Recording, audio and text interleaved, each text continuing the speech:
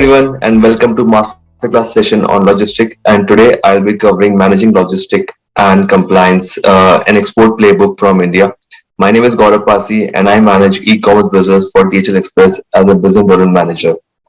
At the end of the session, I would please park your questions at the virtual booth of DHL, in which we'll be answering all your questions. Today's session is to understand export regulation from India, like what are the documents required for export, what is the correct way to ship your products. We will also understand compliance, which an exporter needs to keep in mind while sending good cross border.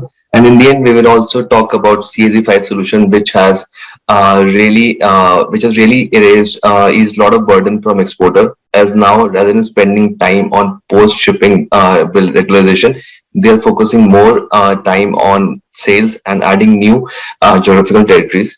Let's look at some of the documents which are required for you to start your export journey. So once you have decided that you want to sell cross border, you should apply for an import export code. Uh, Consequent upon the introduction of GST, IC being issued is same as PAN, which means your PAN and IC are same. However, the IC will still need to be issued separately by DGFT based on the application. The nature of the firm obtaining an IC may be any of the following, like proprietorship, partnership, LLP, trust, HUF. It is important to give KYC and GST document. And the new requirement for the export is to have a current account in which you will be getting the payment for the transaction which you will be doing cross border, and your authorized dealer code needs to be registered at custom.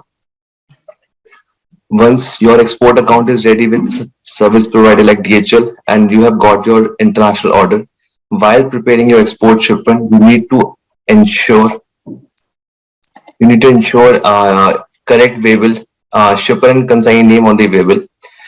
Commercial invoice is very important. You cannot give us a pro forma invoice. Even for a FBA shipment, it is important to give a commercial invoice because it is export and going out of country, and it's a cross-border trade. Invoice must be in English and it should not be handwritten, only typed or printed. Invoice must be clear. If the package number is more than one, then packing list is mandatory. And certain license or certificates required, like FSSI, ATC, BAC, if your products fall under that. Certain products also require MSDS, and if they require, you also need to give those documents along with the shipment. Please note these documents are non-exhaustive, and depending on the commodity characteristics, additional custom regulatory requirement might be applicable. It is very important to follow law of land and custom compliance while exporting shipment. These are some of the four important non-compliance risks which an exporter needs to avoid while sending shipment out of India. Undervaluation, we also call it UV, which means under declaring the value of goods. These are basically done to evade the taxes duty at the original destination.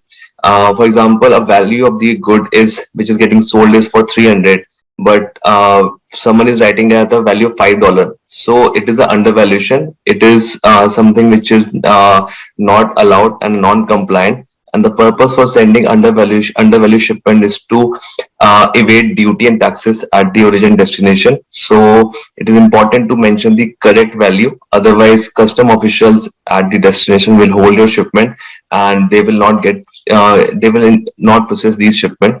So it is important for you to mention the correct value of the shipment. Moving ahead, IPR has been in the news because a lot of pirated or the fake items have been shipped.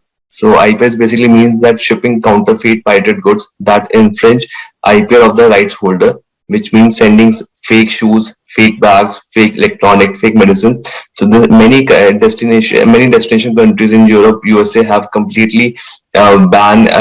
They have also made a mechanism in which they get to know the source of the good. So IPR is something which is being followed. So as an exporter, you should not send any fake item because otherwise you will get into entangle of the IPR. Mentioning true shipper and receiver detail. While exporting shipment, misdeclaring the receiver is a non-compliant. Sometimes these are being done to evade the security screening by authority. Like instead of mentioning the full name, someone has written only Benny. So these are done to evade the security bypass, and as exporter, you should write the complete name of the receiver, mention the complete detail so that it can pass the security channel and it should become compliant. Goods description, it has been a lot of countries are focusing on the goods description true value. I'll be covering more about good description in coming slide, but just to give an idea, incomplete or inaccurate description of the goods in order to bypass security screening by custom, like mentioning part instead of automotive brakes. So you should write the complete good description. We discuss about the good description, but some examples of unacceptables good description are like oil. So instead of writing oil, we should mention mineral oil, plant oil. That means it will become clear that what is the component, how that oil has been made. Because custom wants on a label, a good description should be there so that they would be able to assess. Similarly to label description, invoice description is also important. On the invoice, you should not write only samples. If these are samples, then please mention samples of curtain, interior blinds, curtains of bed, curtains. Also mention the HSN code on the description of the invoice. It become the more and clear in description you will write, it will help custom authority in origin as well as in destination to clear shipment. They would be aware that what is that good, what is the purpose of that good. HSN code stands for the harmonized system, and they are basically of a 6 digit. Two last two digits are for a country specific. There are more than 5,000 commodity group and they have 99 chapters. So it is very important to mention the correct HSN code because duty and taxes depend on the HSN code of that product. Now we are moving to some good examples of the how a shipping bill in export looks like. So these are the types of shipping bill in export and action needed by the customer to ensure compliance. CSV4 shipping bill is a courier mode. These are meant for the samples, gifts, prototypes, some batch sample approval which manufacturer use, are some bona fide gifts value up to 25,000. CSV4, CSV5 we will discuss in coming slide. It's the hot topic and lot of craze around CSV5 and how easy it is to send. This is also under courier mode. Then we have a cargo mode, which is a commercial mode. Anything which cannot be moved in CSV4, CSV5 should move in cargo mode because that's a typical commercial mode and all the data gets reflected. Now we'll discuss about the CSV5 solution for export commercial shipment. So let's discuss why CSV5 was introduced. So earlier, before 2017, there were two modes of clearance, which were of two modes of clearance in India. One was the courier, other one was the cargo. Courier was for low weight, low value parcels being shipped for non-commercial use. Cargo was for heavy weight, high value loads shipped for commercial purpose. E-commerce had their own dilemma because e-commerce shipments are unique. They are low weight, but they also have commercial value. So what was happening? E-commerce customers were sending shipment under courier mode, but since remittance were involved, shipping e-commerce shipment in a courier mode become non-compliant because customers are getting payment, and shipping in courier mode was only meant for the gifts and sample purpose. Hence, CSV5 was introduced in 2017 for value up to 25,000 for e-commerce customer. Further development happened in CSV5 in 2018 when custom boards notified that commercial shipment value up to 5 lakh for e-commerce shipment can move in CSV5. So from 2017 when CSV5 was launched with a value of 25,000, now it moved to a value of 5 lakh for e-commerce customer.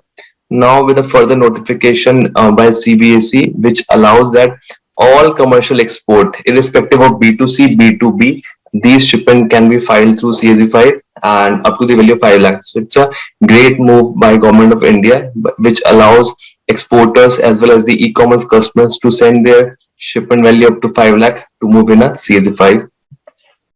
What makes CSV5 unique? We have been talking a lot. CSV5 is quite useful. So CSV5 is a special mode of commercial shipment. It combines the benefit of courier and cargo.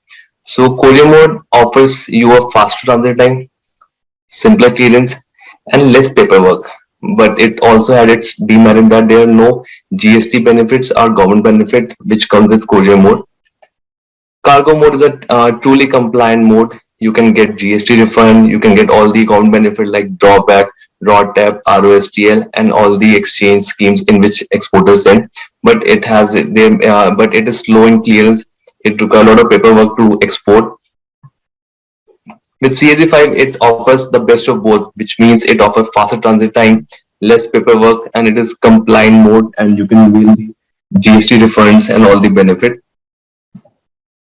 Some of the benefits which customers enjoy while shipping CSV5 is GST refund, government benefit, same day upliftment, which means once you send a shipment through CSV5, it will get same day upliftment because all the data gets transmitted from your to the service provider like DHL, and from DHL to the server base of the custom official through IceGate. So all the data gets transmitted through CSV5, and the same day upliftment happens to the gateway.